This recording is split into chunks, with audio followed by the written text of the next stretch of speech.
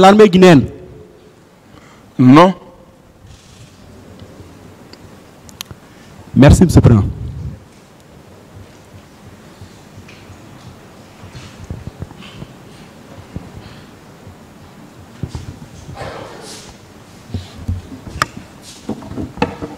Merci, Monsieur le Président. Mon colonel, vous avez ici et à plusieurs reprises déclaré que vous avez renoncé à votre intention, votre dessein d'arrêter M. Aboubakar Toumba Diakité parce que le président Dadis vous aurait dit qu'il entendrait faire venir la commission d'enquête internationale. Vous le confirmez? Bien sûr. Très bien. Alors, dites-nous, pourquoi ni vous, ni le président Dadis, personne n'a eu à déclarer cela dans son procès verbal, pour ne pas dire dans ses procès verbal.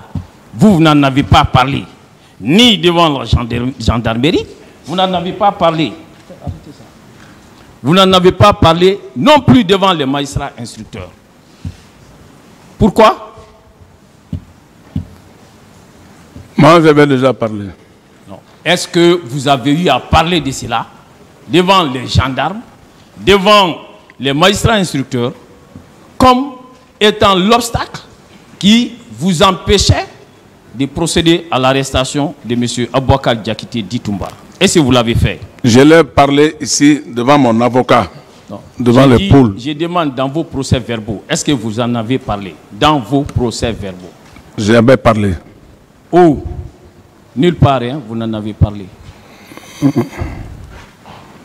Nulle part. Alors, si ce n'est pas la dame, peut-être c'est eux qui n'ont pas mis. Moi, j'avais parlé ça. Alors, vous voyez, vous aimez inventer des choses. Ça n'existe nulle part. Et je voudrais que vos avocats, au moment venu, ensuite, le président Dadis n'en parle pas non plus. Pourquoi? Moi, j'ai parlé que pour moi. Alors, est-ce que la commission d'enquête a finalement été mise en place? Je n'ai pas de réponse pour ça. Très bien. Et après la mise en place de la commission d'enquête, avez-vous procédé à l'arrestation de M. Aboubakar Diakité dit Toumba, puisque c'était le seul obstacle qui vous empêchait? Vous l'avez fait? Je n'ai pas de réponse pour ça. Merci. Est-ce que dans ces conditions, et cet argument ne tombe pas de lui-même, il tombe ou bien il ne tombe pas? Ça ne tombe pas de lui-même. On continue. Voilà. Et vous avez eu à dire ici qu'un régiment est un ensemble de bataillons. Vous le confirmez? Je n'ai pas de réponse pour ça. Très bien. Vous avez eu également à dire qu'un bataillon est un ensemble de compagnies. Vous le confirmez? Reprenez la question. Vous avez déclaré qu'un bataillon constitue un ensemble de compagnies. Vous le confirmez? Je n'ai pas de réponse pour ça. Vous avez dit qu'un... Alors, je vais vous demander ceci. Et puisque vous l'avez déclaré ici, vous confirmez au moins avoir déclaré ici hier et en prenant le contre-pied de M. Aboubakar Diakité qui disait que le régiment pouvait faire 400 hommes, vous avez dit que ça peut faire 1000 à 1500 hommes. Vous confirmez ça au moins? Puisque vous l'avez dit ici hier. Ou bien vous n'avez pas moi, de je réponse? confirme ce que j'ai dit pour moi, je confirme. Voilà, très bien. Je peux dire ça peut être 1000 à 1500. Très bien. Alors, si le régiment qui était commandé par M.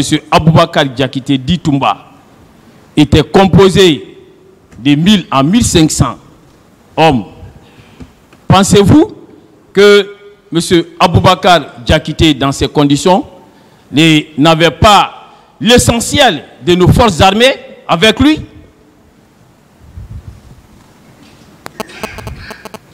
Au niveau du régiment qui était au camp Alfaya, au niveau du régiment de la présidence, ça c'est juste, mais pas la marine, le BKG, le généraux. Écoutez, je veux comprendre, hein, parce que vous êtes en train de dire que par le régiment qui était au niveau du camp Alfaya, voulez-vous nous dire qu'il y avait plusieurs régiments? Là, c'est une nouvelle thèse. Hein? Je dis que pas plusieurs régiments. Comme vous voulez, je veux savoir que vous avez dit que, donc il peut dire que son régiment, il commande toutes les militaires, c'est pas ça? Attendez, on va clarifier les choses. Vous dites que le régiment, Toumba a eu à parler du régiment, et lorsque l'un des représentants du ministère public revenait hier sur l'effectif du régiment, en vous disant que M. Toumba a eu à parler de plus de 400 hommes. Pour pouvoir balayer cela, puisque à chaque fois que Toumba parle, il faut que vous trouviez le contraire. Vous avez dit que le régiment était composé de 1000 à 1500 hommes. Dans ces conditions, alors, le régiment qui était au camp Alfaya, puisqu'on est en train de parler de ces régiments, hein, pas d'autres régiments. Ces régiments qui étaient au camp Alfaya à Diallo étaient composés de 1500 hommes.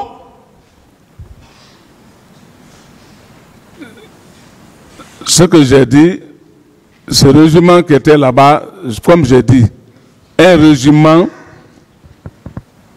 ça peut être de 1000 à 1500 hommes.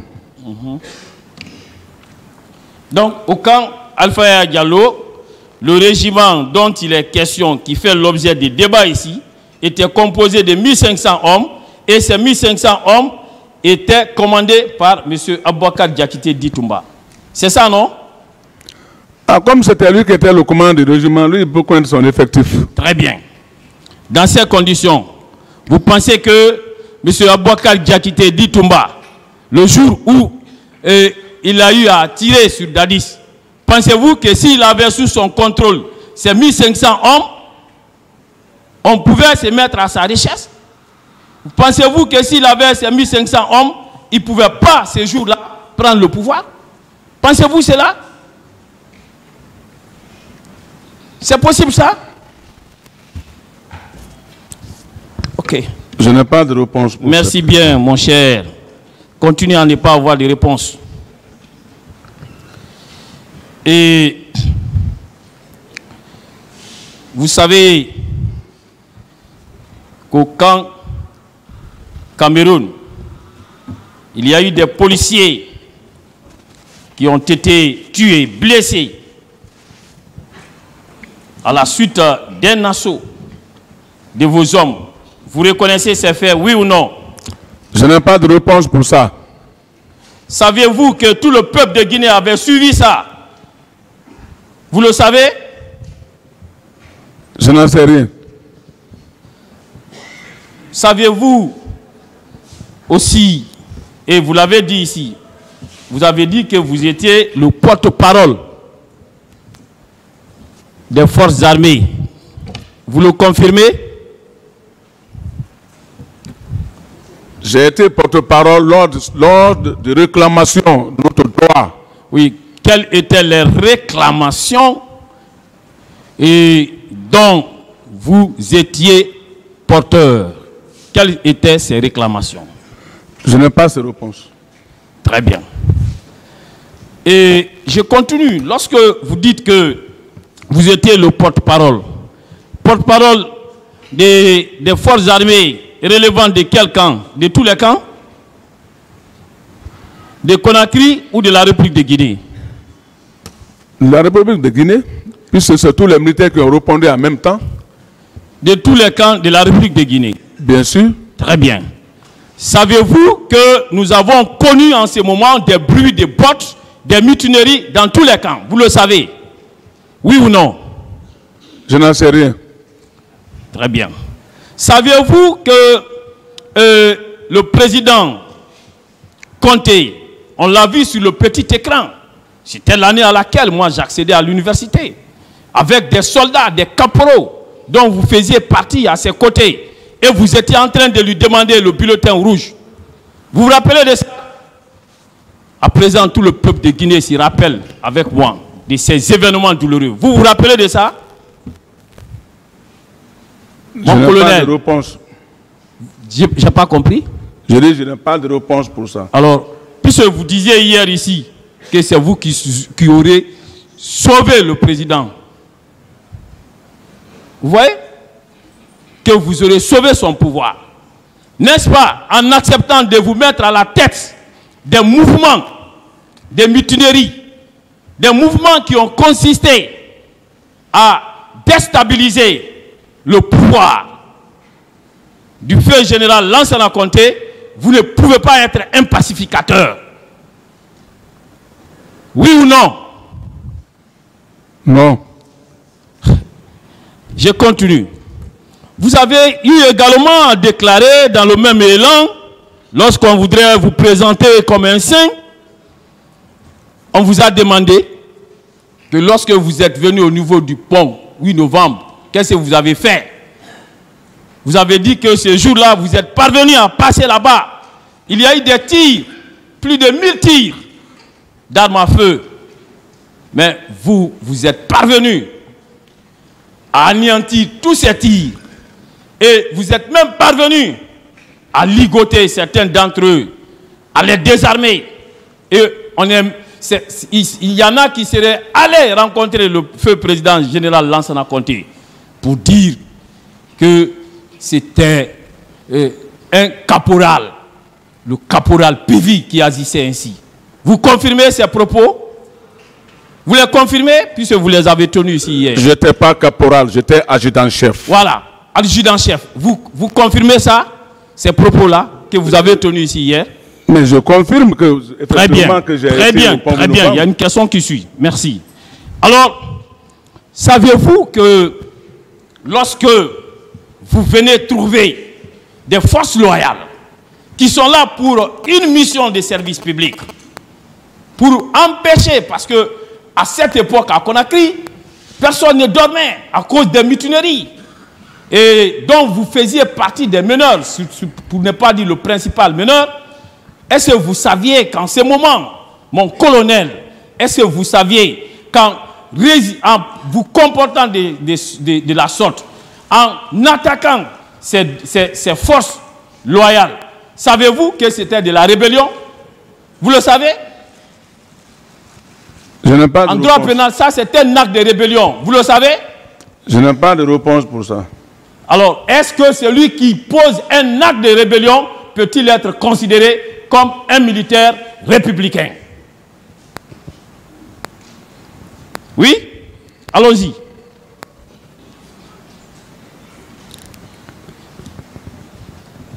Celui qui pose un acte de rébellion peut-il être considéré comme un militaire républicain?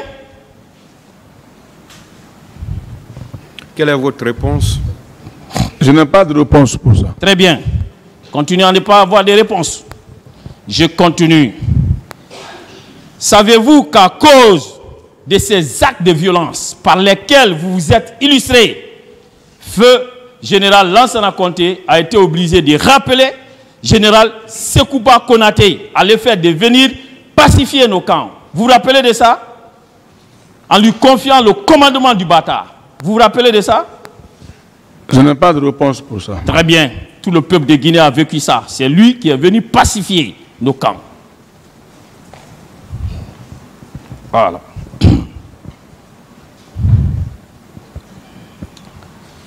Et dans ces conditions, vous, mon colonel, qui êtes parvenu à essuyer des tirs de tout genre, quels étaient vos secrets? Qu'est-ce qui vous permettait pendant que d'autres tiraient sur vous, vous parvenez à essuyer ces tirs, à être imperméable aux balles. Et quel était votre secret? Je veux bien le savoir. Le tribunal veut bien le savoir. Le peuple de Guinée veut bien le savoir. Quel était votre secret? Je n'ai pas de réponse pour ça. Alors, dans ces conditions, est-ce que on peut être étonné que mon commandant Boubacar Toumba Diakité parvienne à mettre en déroute tout un contingent qui était dirigé par Dadis contre lui? Cela peut être extraordinaire pour vous? Je n'ai pas de réponse pour ça. Très bien. On continue. Alors, dans ces conditions, vous qui êtes parvenus à déstabiliser, vous qui êtes parvenus à vous illustrer aux yeux du peuple de Guinée, aux yeux des pouvoirs qui se sont succédés, à travers des actes de violence, est-ce que vous pouvez nous dire que si, après Dadis, et Général Sekouba vous a retenu au poste, et vous l'avez dit ici, au portefeuille vide de contenu, il vous a maintenu à ces portefeuilles. Après, le président Alpha Condé est venu, il a fait autant. Est-ce que, n'est-ce pas, c'est à cause des actes de violence par lesquels vous vous êtes illustrés, les actes de violence qui ont eu à déstabiliser les pouvoirs de leurs prédécesseurs, qu'on a continué à vous maintenir, et non à cause d'une quelconque prouesse, et non à cause d'un quelconque héroïsme? Oui ou non? Non. On continue.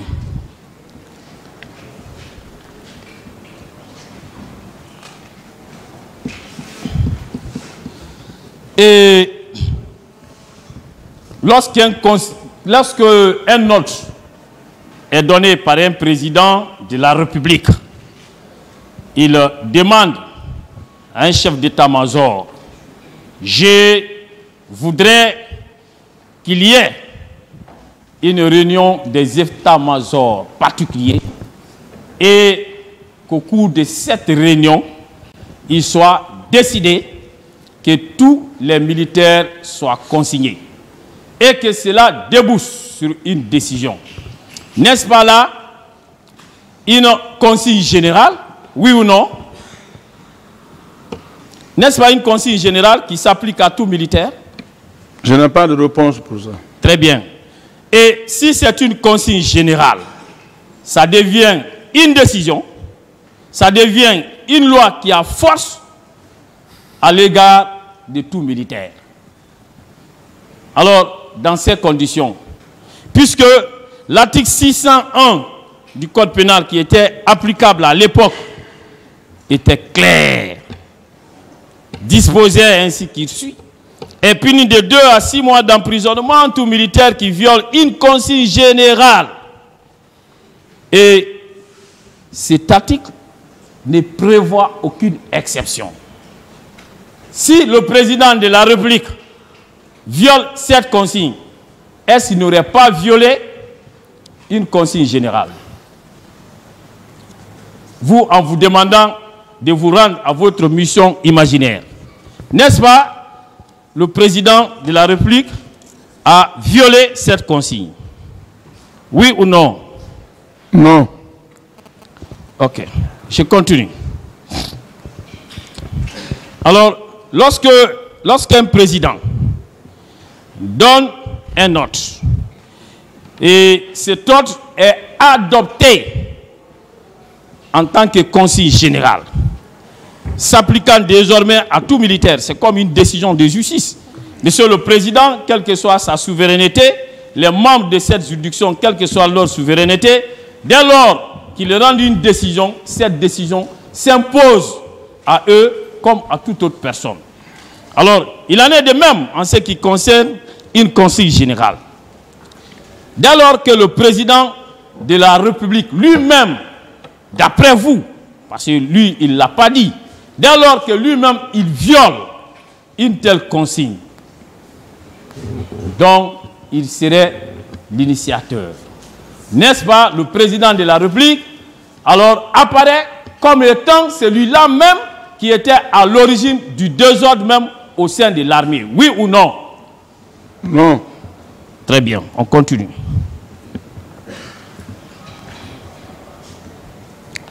Est-ce que vous savez que ce jour-là, M. Moussa Tchegboro n'était pas planifié? Est-ce que vous savez que ces forces n'étaient pas planifiées?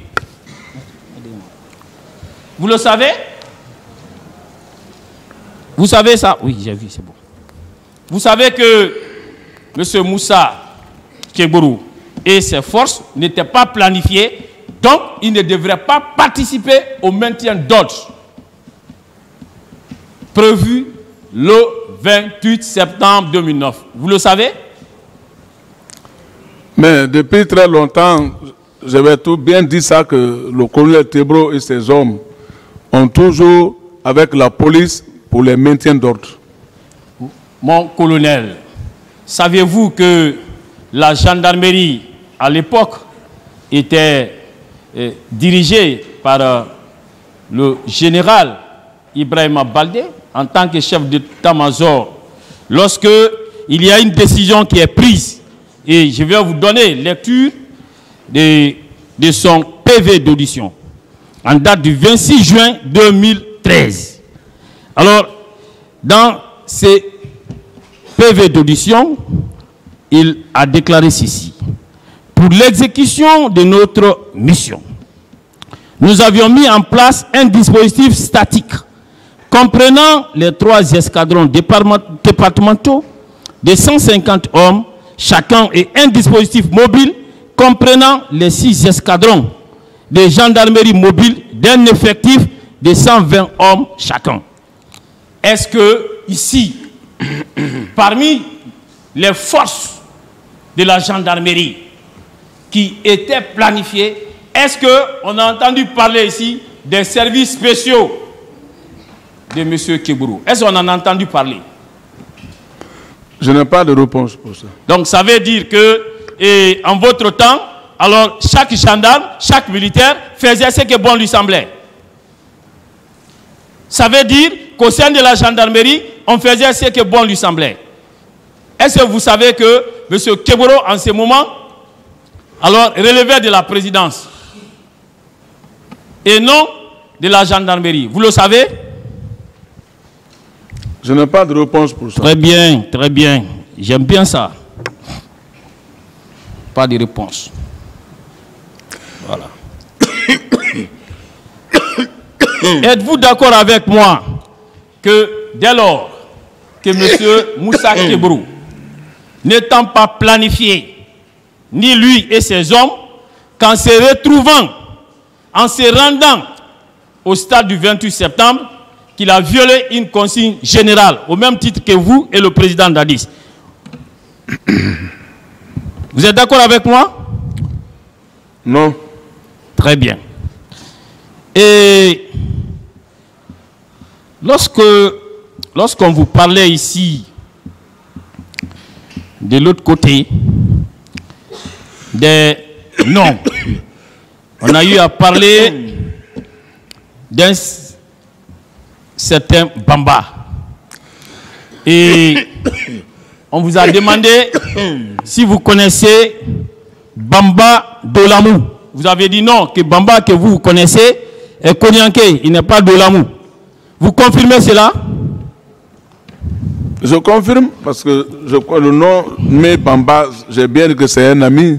Lui, voilà. Le lieutenant-colonel, il est vers le... Très bien, ça veut dire que les magistrats instructeurs n'ont pas entendu le bon Bamba. Merci pour cette réponse quand même. Hein? C'est pas le bon Bamba. Voilà. Savez-vous qu'un passeport est strictement privé? Un passeport. Vous le savez? Reprenez la question. Le passeport. Vous savez qu'un passeport est un document qui est strictement privé. Vous le savez au moins? Je sais, un passeport, c'est privé. Très bien. Alors, hier ici, la défense de M. Dadis a fait état d'un passeport comme étant une preuve d'un prétendu complot. Et en le faisant, est-ce que vous êtes d'accord qu'un passeport qui est strictement privé peut être considéré comme étant la preuve d'un complot? Oui? Je n'ai pas de réponse pour ça. Très bien, monsieur. Alors, est-ce que, puisque on veut produire ces passeports, on vous a dit dans quelles conditions ce passeport a été obtenu? On vous a dit ça? Ce passeport qui a été, dont la production est annoncée et qu'on ne voit pas encore. On vous a dit dans quelles conditions ces passeports auraient été soustraits? On vous l'a dit? Ça a été dit ici. Est-ce qu'on vous a dit dans quelles conditions? Il a dit seulement qu'il a le passeport. On vous a dit dans quelles conditions? Ça, je n'en sais rien. Voilà. Est-ce qu'il vous a dit que c'est M. Aboubakar Diakité Ditumba qui lui aurait remis librement, de plein gré, ses passeports? Il vous l'a dit? Je n'en sais rien de ça. Est-ce que dans ces conditions, en faisant état de ces passeports, même s'il n'est pas encore produit, ne pensez-vous pas que ça c'est une manœuvre frauduleuse? Oui ou non? Je n'ai pas de réponse pour ça. Alors, nous attendons la production de ces passeports ici pour engager des poursuites pour des faits de soustraction frauduleuse. Voilà. Alors, reconnaissez-vous quand même que M. Aboubakar Diakité Ditumba a joué un rôle majeur dans l'avènement du CNDD au pouvoir? Vous le reconnaissez? Quelques missions. Lesquelles? Lesquelles? Ah, mais lui, il le sait lui-même. Non, mais s'il vous plaît, c'est vous qui dites quelques missions. Plusieurs missions. Quelques missions. Lesquelles? Quelques commissions. Lesquelles? Ah, je ne peux pas retenir ça. Je dis bien quelques missions. Savez-vous également que M. Marcel a eu aussi à jouer un rôle majeur, oui ou non? Tous ces jeunes-là, j'ai bien dit, c'est quelques missions que chacun a fait. Oui, lesquelles? Le peuple de Guinée a besoin de le savoir. Lesquelles? Moi, je ne peux pas déterminer les missions auxquelles ils ont fait. Très bien. Alors, mais eux, ils n'ont eu qu'à accomplir quelques missions. Mais ils avaient au moins, et en tout cas en ce qui concerne commandant Aboubakar Diakité Ditumba, lui il avait au moins un poste qui n'était pas une coquille vide. Vous le reconnaissez, oui ou non? Et vous dites que votre portefeuille était vide. Alors, entre vous et mon commandant, alors, qui a été le plus récompensé? Je n'en sais rien. Alors, est-ce que vos propos ici, tendant à faire croire que c'est vous qui aurez réalisé l'essentiel du boulot dans l'avènement du CNDD au pouvoir, est-ce que ces propos-là peuvent maintenant être convaincants? Oui? Est-ce que vous pouvez convaincre maintenant quelqu'un sur la base de tels propos? Je n'ai pas de réponse pour ça. D'autant plus que vous qui aurez fait l'essentiel du boulot, vous avez eu un portefeuille vide et celui qui n'a presque rien fait, qui ne faisait qu'exécuter des commissions légères, celui-ci alors a eu au moins un portefeuille qui avait un sens. On continue. Et il y a eu des photos qui ont été brandies ici hier par la défense de Dadis. Ces photos-là, parmi ces photos, est-ce que vous vous êtes reconnu sur au moins 2 photos où vous portez des fétiches sur la tête? Laquelle photo? Ok, je vais vous aider parce que... Voilà. Ces 2 photos-là, entre l'enseignant Baraz et Kountia, Oui. où vous avez reçu un appel, oui ou non? Oui, maître. Très bien. L'appel provenait de qui? Qui vous appelait? Le premier appel, c'était le chef d'état-major général des armées à l'époque, le général Oumar Sano. Général Oumar Sano. Oui. Est-ce que dans l'exercice de vos fonctions ministérielles, vous relevez du chef d'état-major ou bien de monsieur le Premier ministre ou du président Dadis? Dans l'exercice de mes fonctions de ministre de la Santé, je relevais du Premier ministre et de monsieur le Président de la République. Mais c'était la solidarité entre nous, les militaires. S'il apprend quelque chose, qu'il y a eu quelque chose, il peut attirer mon attention dessus parce qu'il est chef militaire.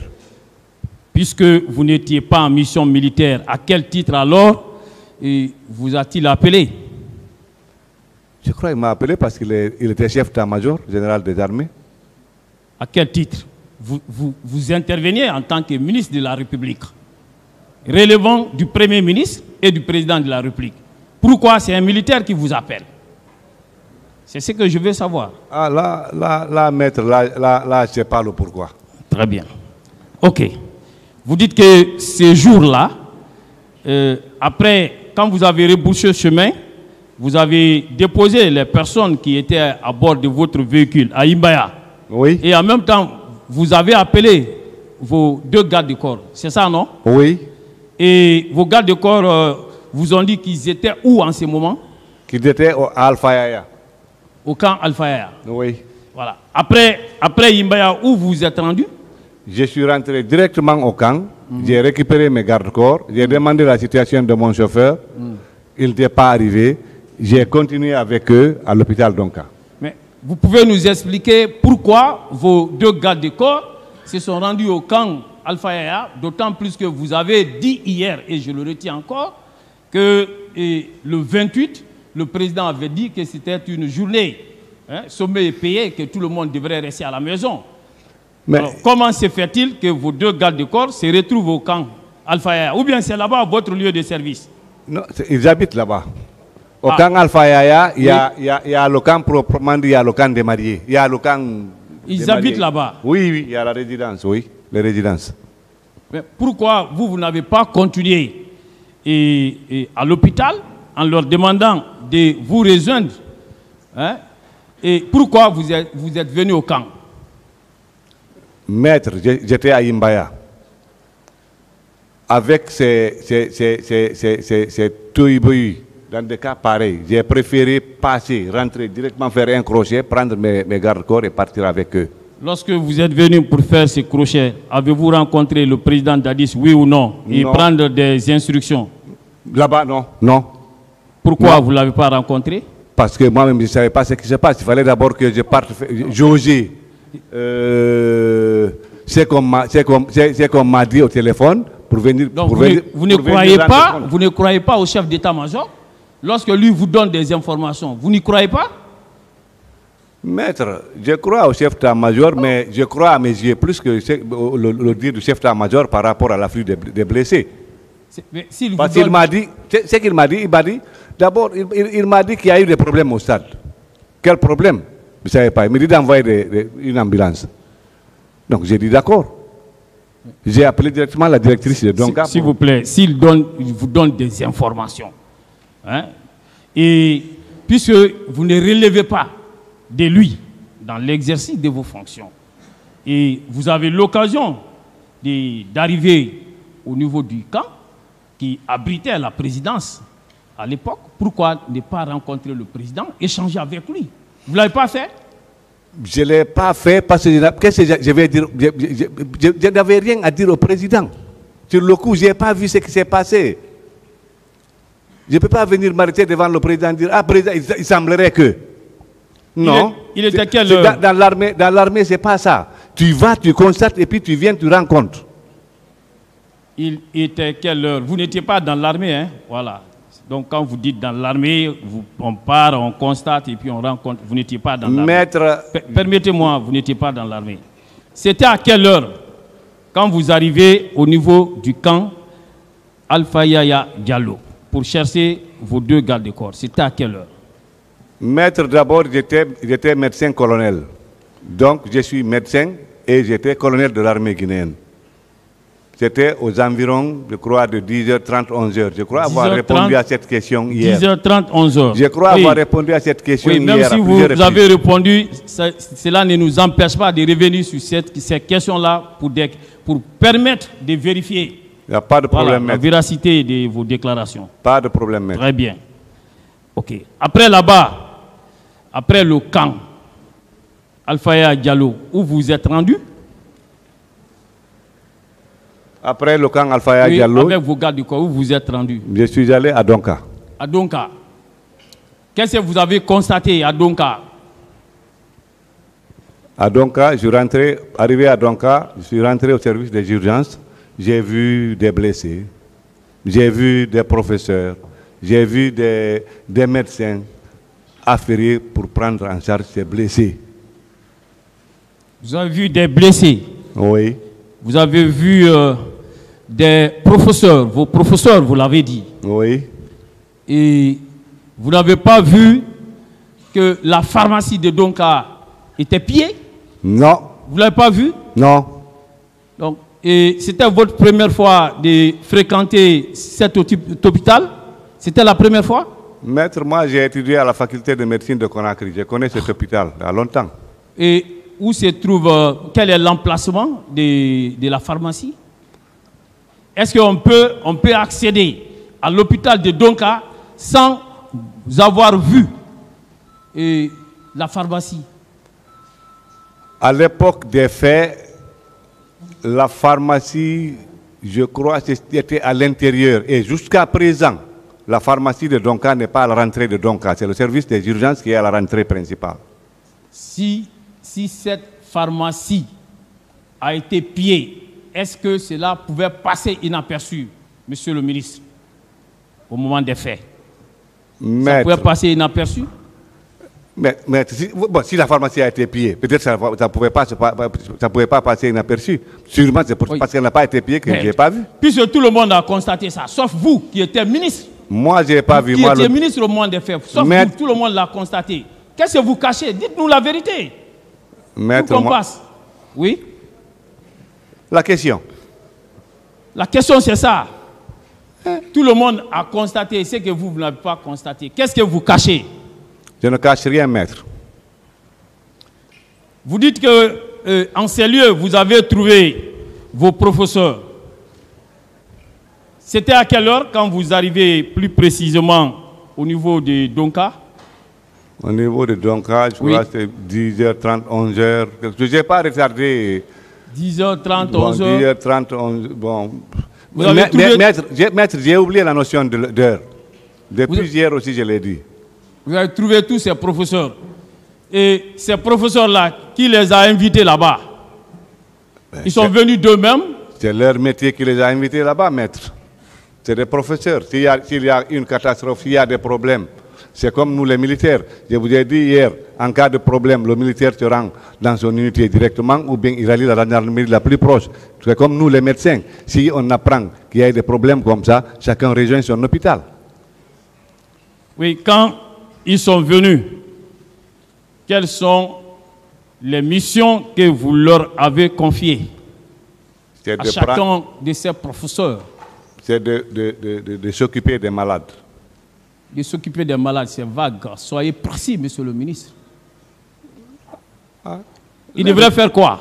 Leur mission, c'est de s'occuper des malades. Prendre en charge les malades. Comment prendre en charge les malades? Comment? Expliquez-nous. Nous sommes des profanes. C'est vous qui êtes spécialiste. C'est vous l'expert. Ah, bon, maître, je ne peux pas vous répondre ça ici parce que ici, ce n'est pas la faculté de médecine, s'il vous plaît.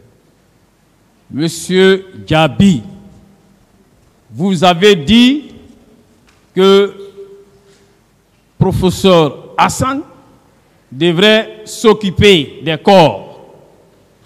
Vous l'avez dit ici, oui ou non? Oui. Très bien. S'occuper des corps, gérer les corps, ça veut dire quoi? En termes clairs. Puisque lui, c'est un médecin légiste. S'il doit s'occuper des corps, il devrait faire quoi? Bon, c'est lui le patron des morgues. C'est sa spécialité. Je ne peux pas expliquer ici ce qu'il va faire. Ça, c'est sa spécialité. Moi aussi, j'ai ma spécialité. Je ne sais pas comment on s'occupe d'un corps. Je ne sais pas. Ce n'est pas ma spécialité. Je ne suis pas médecin légiste. Je n'ai pas reçu cette formation. Monsieur Djabi, lorsqu'on découvre un cadavre, lorsqu'il y a un cadavre, qu'est-ce qui doit être fait? Est-ce que le médecin légiste doit s'en occuper? Ou bien, pour qu'il s'en occupe, il faut absolument qu'il soit désigné par une autorité judiciaire. Ou bien, il doit le faire de lui-même. Comment ça se passe? Vous êtes médecin. Vous devez le savoir. Non, comment ça se passe? Le médecin légiste s'occupe effectivement des corps. Voilà. Voilà. Il s'occupe des corps. Et pour qu'il s'occupe du corps, qu'est-ce qui doit le lui permettre? Quel est l'acte qui doit lui permettre de s'occuper du corps? C'est d'avoir les moyens pour s'occuper des corps. Non. Est-ce que vous avez dit que vous l'avez chargé des corps? Mais est-ce que vous êtes une autorité judiciaire? Au moment des faits, c'est l'article 77 du Code de procédure pénale qui s'appliquait. Actuellement, c'est l'article 117. Je ne suis pas une autorité... S'il vous plaît, lorsqu'il y a... Monsieur le Président vous a posé une question ici par rapport à la détermination des causes de ces cas de mort. Si vous n'êtes pas un homme de l'art, vous devez désigner un expert. Mais quelle est la question, maître?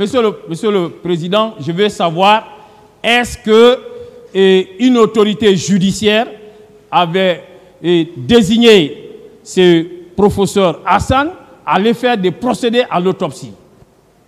Vous avez compris la question? Je n'ai pas compris, Monsieur le Président. Est-ce que c'est une autorité judiciaire qui avait désigné le professeur Hassan pour s'occuper des corps?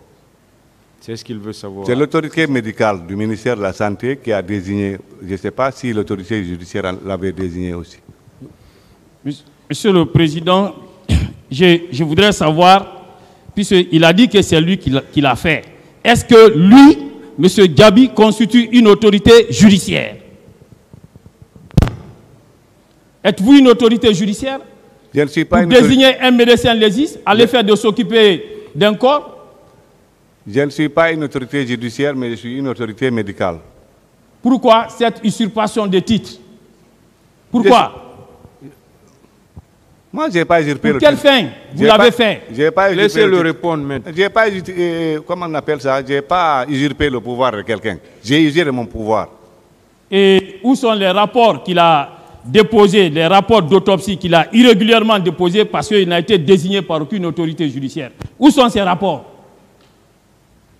Où sont ces rapports? Quel rapport, maître? Bon, je n'ai pas le droit de vous poser une question, mais vous me faites rentrer. Moi, je n'ai pas ordonné à professeur Hassan. Il dit les rapports que le médecin légiste a fait. Le médecin légiste, Monsieur le Président, le médecin légiste a fait ces rapports et tous ces rapports-là sont dans les archives du ministère de la Santé. Mais je n'ai pas de rapport d'autopsie.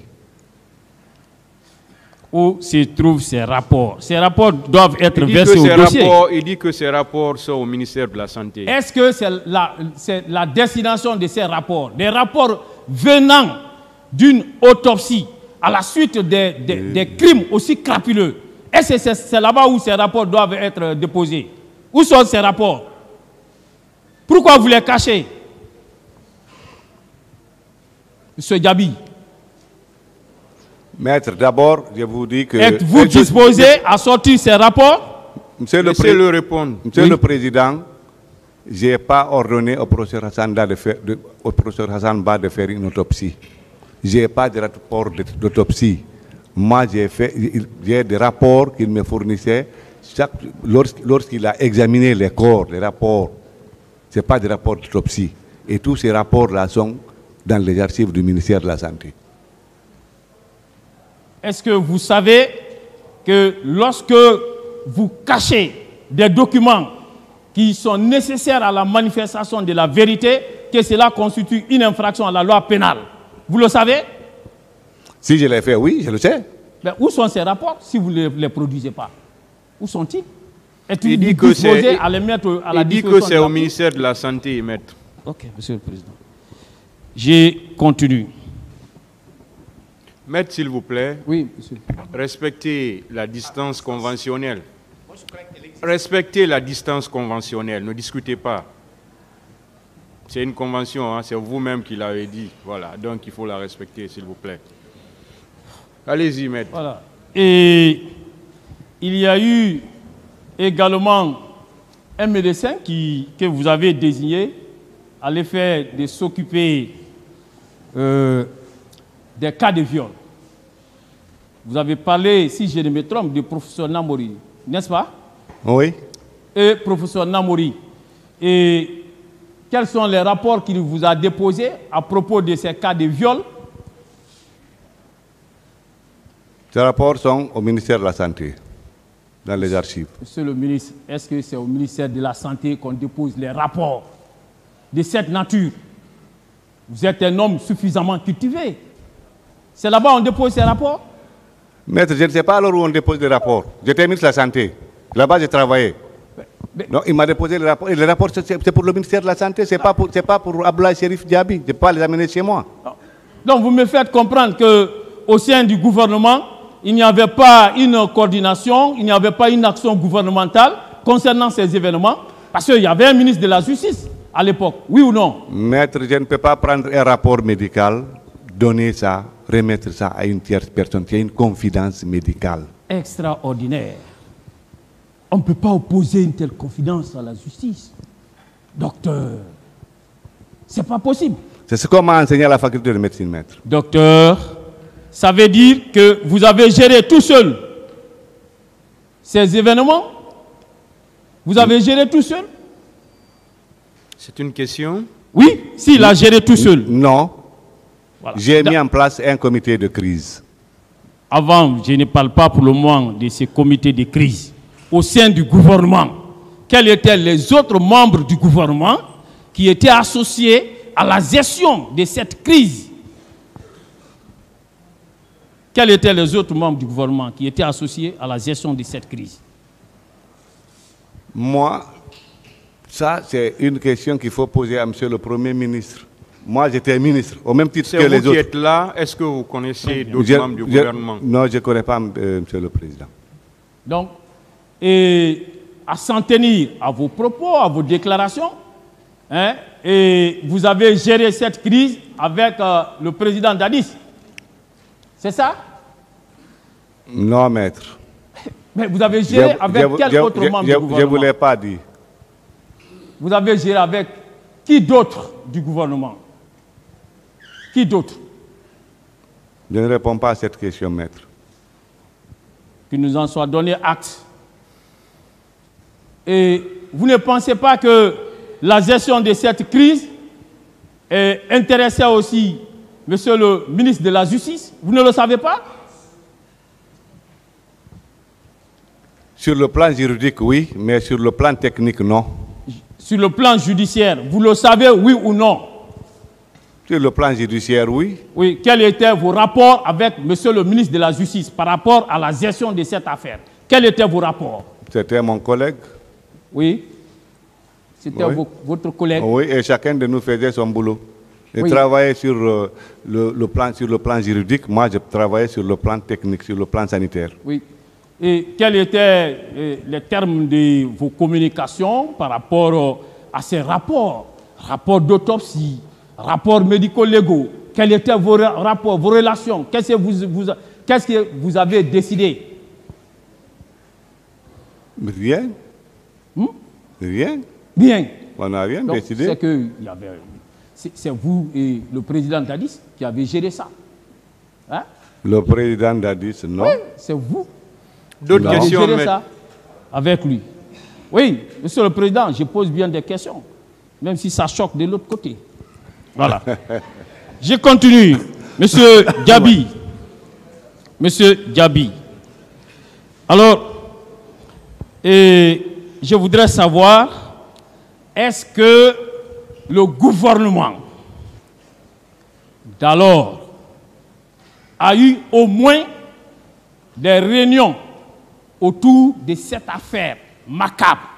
Il y a eu des réunions? Est-ce qu'il y a eu des réunions? À l'occasion de chaque conseil de ministres, on en parlait. Vous en parliez? Oui. Et quelles ont été les dispositions prises? Quelle a été la commission mise en place par le gouvernement, puisque c'était une préoccupation nationale et internationale? Alors, qu'est-ce que vous avez pu faire? Est-ce qu'il y a eu une commission mise en place par le gouvernement?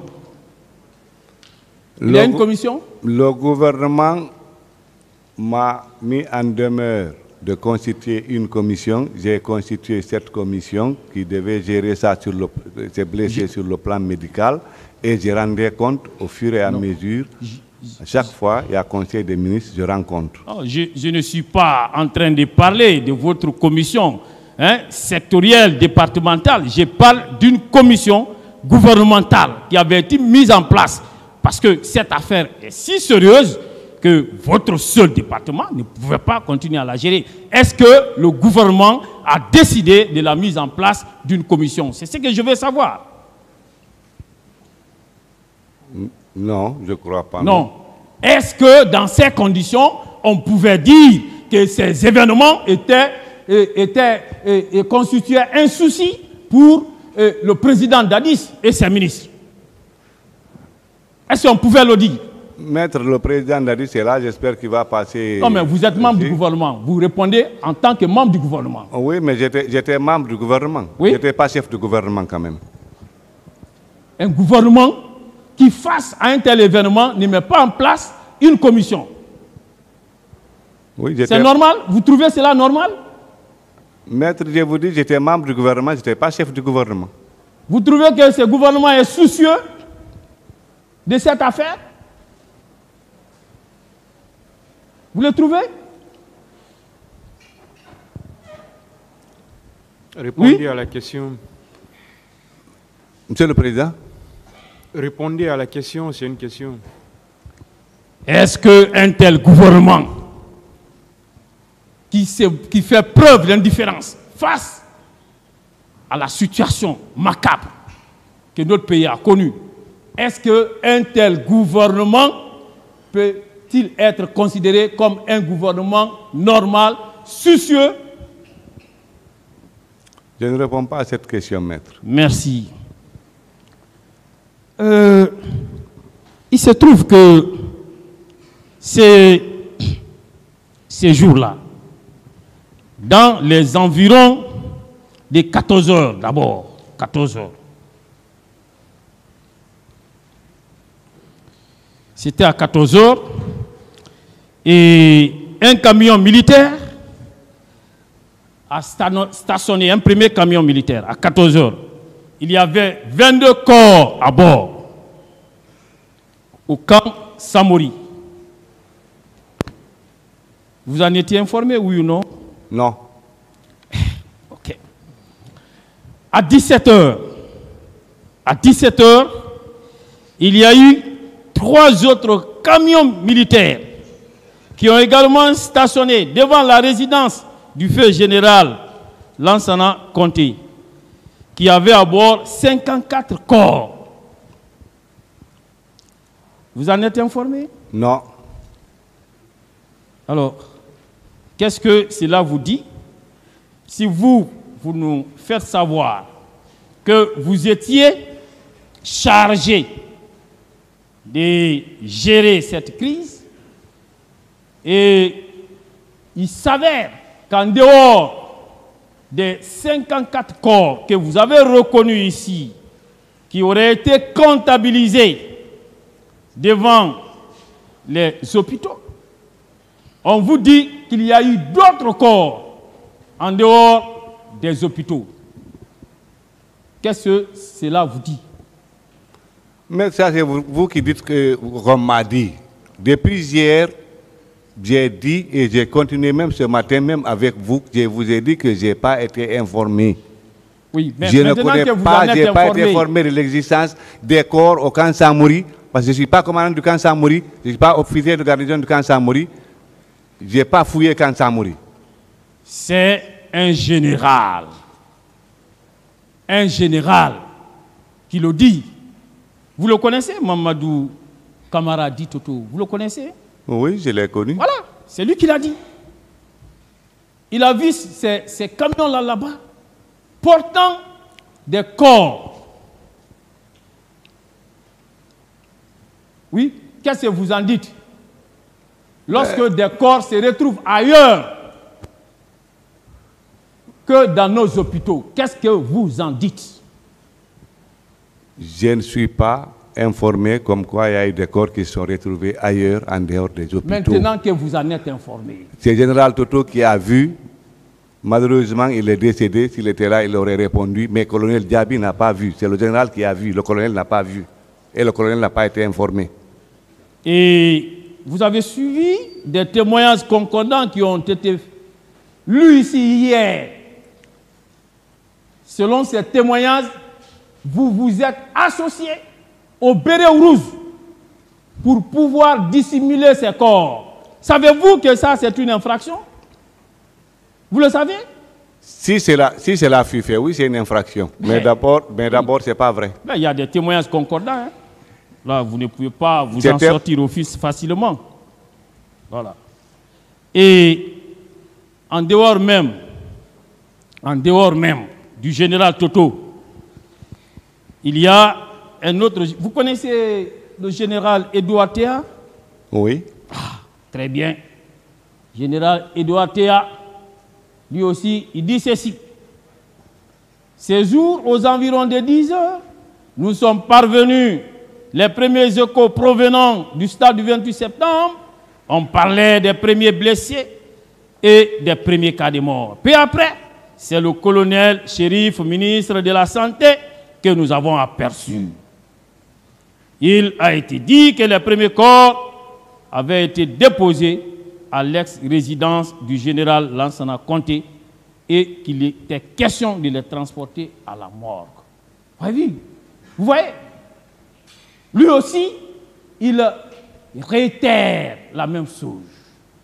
Des corps ont été vus là-bas. Il confirme les propos du général. Où ces corps ont été transportés? Parce que ces corps ne sont jamais retrouvés dans nos morgues. Où ces corps ont été transportés? Dites-nous-le. Où? Je n'ai pas vu les corps. Je n'ai pas été informé de l'existence des corps. Je ne sais pas s'il y en a eu où des corps là ont été déposés. Comme le général Théa vu, c'est lui qui l'a dit. Sûrement il l'a vu. Je ne sais pas. Il peut venir témoigner ici devant le tribunal. Le tribunal. Où vous avez caché ces corps? Le peuple de Guinée veut le savoir. D'autres questions, il a répondu. D'autres questions. Merci, Monsieur le Président. J'en ai terminé.